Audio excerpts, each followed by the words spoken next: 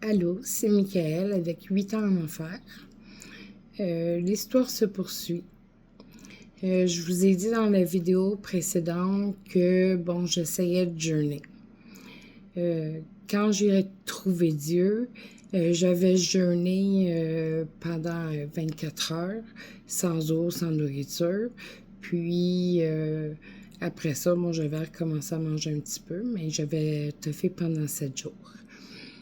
Fait que je me disais que j'étais punie, puis que je devais jeûner pour me faire pardonner. Juste avec de l'eau, pendant 24 heures. Mais depuis que je suis arrivée chez Alain, j'y arrivais pas. Même pas 12 heures.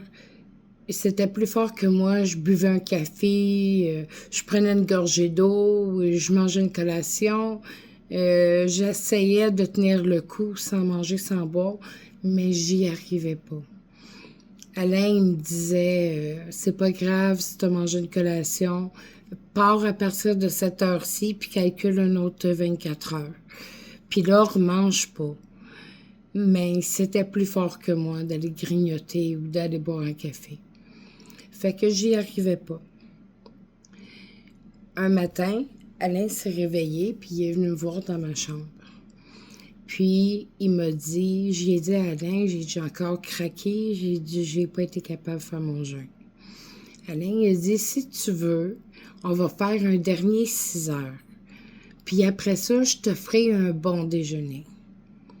Fait que j'ai dit, c'est correct. Je me disais, 6 heures, je devrais être capable d'y arriver.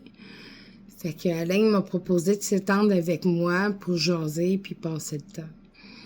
Mais Alain s'est endormi. J'étais couchée juste à côté, tendue sur le dos. Puis je réfléchissais à ce que j'avais fait dans le bain. Qu'est-ce qui m'arrivait ces derniers temps? J'étais-tu punie? J'étais-tu pour aller en enfer? J'avais-tu commis le péché impardonnable? Je me posais plein de questions. Je savais plus quoi penser. Puis à un moment donné, je me suis mis à fixer le plafond. Puis, j'ai commencé à me sentir partir, comme si je perdais connaissance. J'avais les yeux grands ouverts, je fixais le plafond, puis je me sentais partir, puis partir. Puis, je me rappelle parce que je me suis dit, c'est ça qu'on ressent quand on meurt? Parce que je me disais, après des semaines et des semaines de ces journées, j'étais tout maigre. J'étais maigre. Je me suis dit, peut-être je vais mourir de faim. Je me sentais partir. Alain s'est réveillé, puis il m'a vu coucher sur le dos, les yeux ouverts, puis il a pensé que j'étais morte. Fait qu'il s'est retourné, et puis il m'a ramassé, puis il m'a secoué comme une poupée. Michael, je me suis repris mes esprits. On s'est assis sur le bord du lit. Alain il a dit, là, les jeûnes, c'est fini, ça fait des semaines que ça dure. Il dit, là, tu vas manger. Fait qu'Alain il est parti dans la cuisine. Il est allé chercher un pot de salade de fruits. Puis, il est revenu avec ça dans la chambre. Il a piqué dans une ananas. Il me l'a mis dans la bouche. Ça se décrit pas.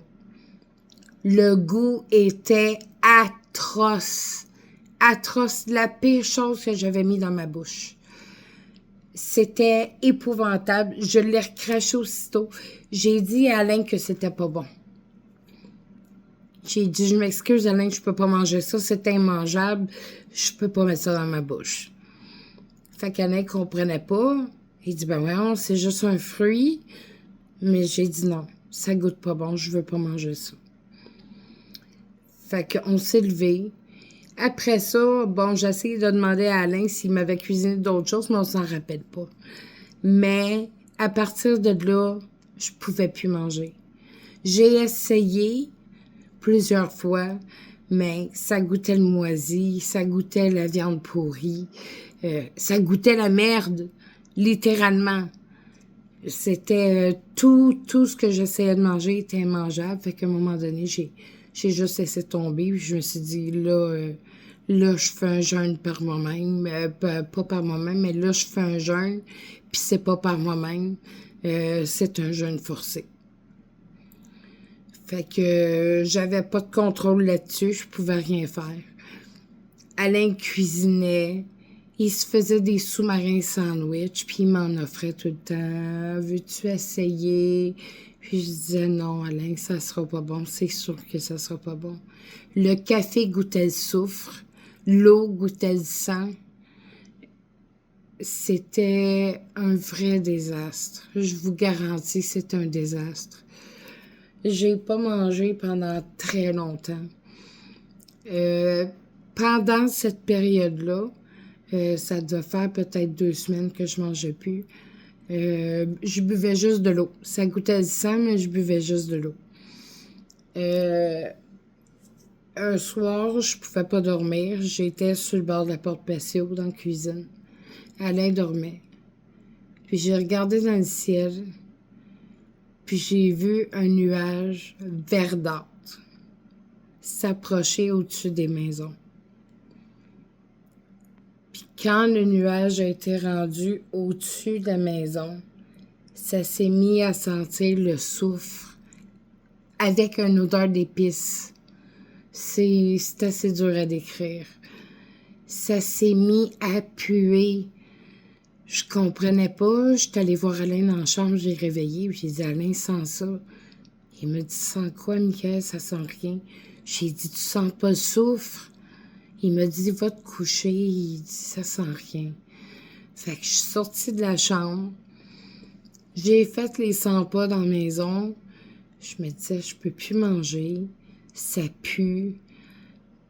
J'étais désespérée. Je comprenais pas pourquoi Alain ne sentait pas ça.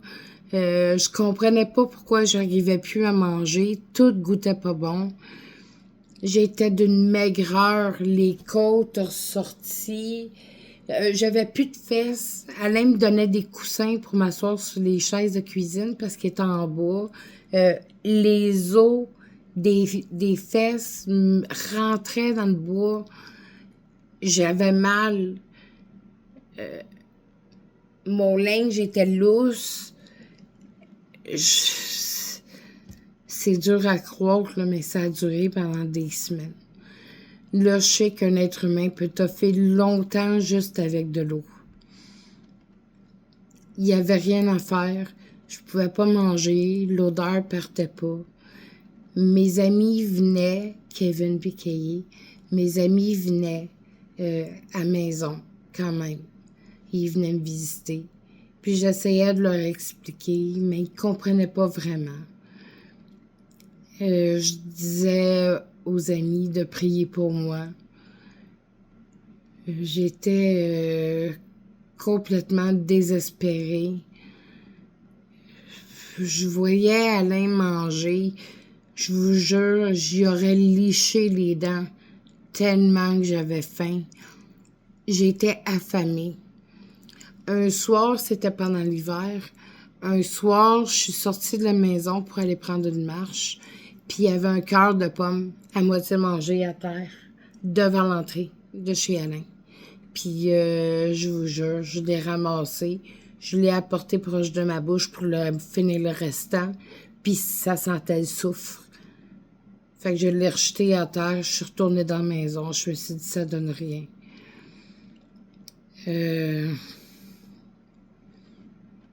Comme je vous dis, il n'y avait plus de prière. Fait que j'ai fini par me dire que j'étais simplement punie pour ce que j'avais fait.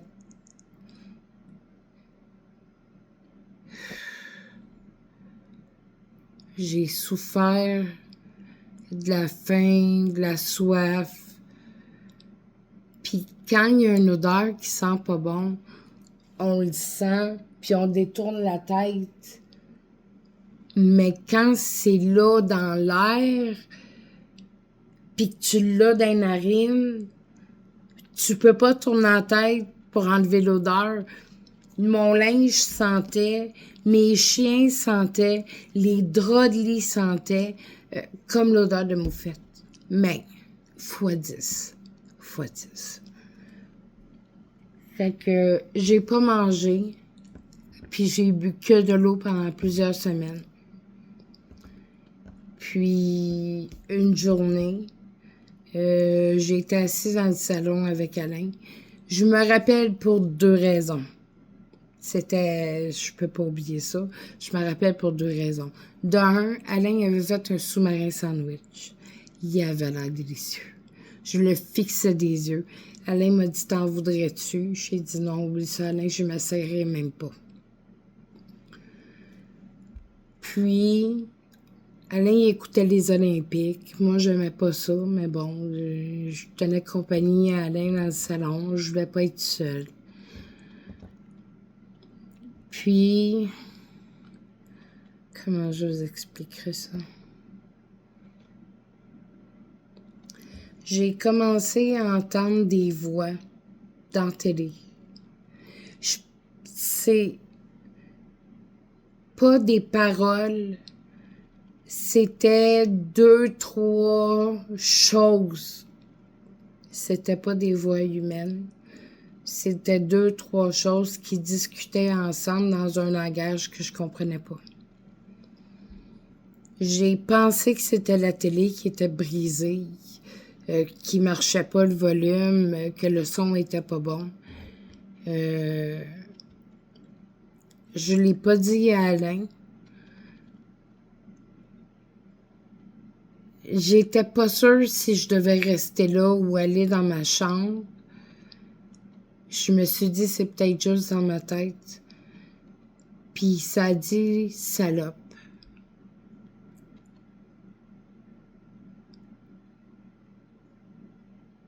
Je me suis levée. Alain a dit, tu ne l'écoutes plus avec moi. J'ai dit non, je vais aller dans ma chambre. Je suis allée dans ma chambre. La terreur m'a pris. Ça puait. Je pouvais plus manger. Puis là, j'entendais des voix dans la télé. J'étais déconcertée. Déconcertée. Salope, ça dit.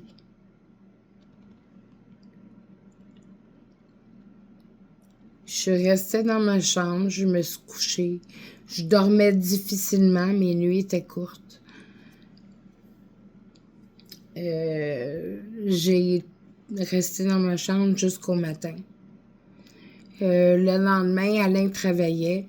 Il travaillait tous les jours. J'étais toute seule. Il revenait à 5h30 le soir, 6h des fois. J'étais toute seule en journée, j'entendais rien. Ça puait, je pouvais pas manger, mais j'entendais rien. Alain est revenu de travailler, puis Alain, quand il soupe à table, il y a une télé dans sa cuisine, il aime ça écouter la télé. Fait qu'Alain, il revient, il se prépare son souper, il s'installe à la table, puis il rouvre la télé.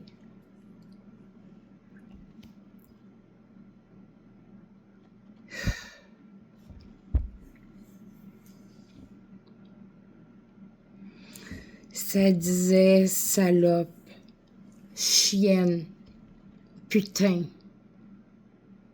t'es morte. J'ai dit à Alain, j'ai dit, tu pourrais-tu fermer la télé? Il a dit, ben non, j'écoute mon émission. Fait qu'encore là, je suis repartie, je suis retournée dans ma chambre.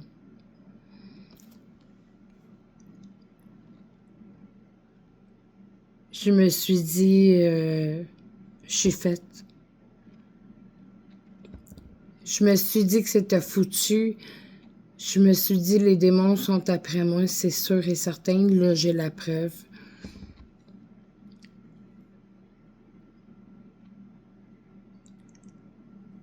La sensation qu'on a quand le Saint-Esprit de Dieu se retire,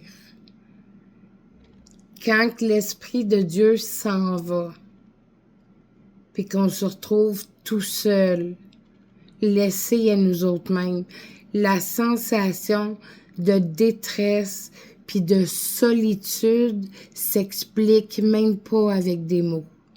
Ça se vit. je me disais, je vais-tu être pognée de même pour toujours? Ça va-tu s'aggraver?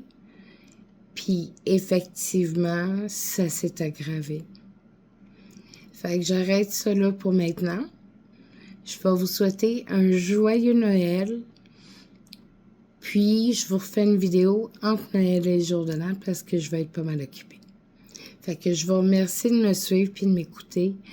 Partagez la vidéo, parlez-en. Laissez-moi des commentaires si vous voulez. Si vous vivez des choses paranormales, si vous avez des croyances en Dieu, partagez-moi en commentaire si vous voulez. Vous pouvez me poser toutes les questions que vous voulez aussi en commentaire, il n'y a pas de problème. Puis je vous refais une petite vidéo entre Noël puis le jour de l'an. Fait que je vous remercie d'être là. À bientôt.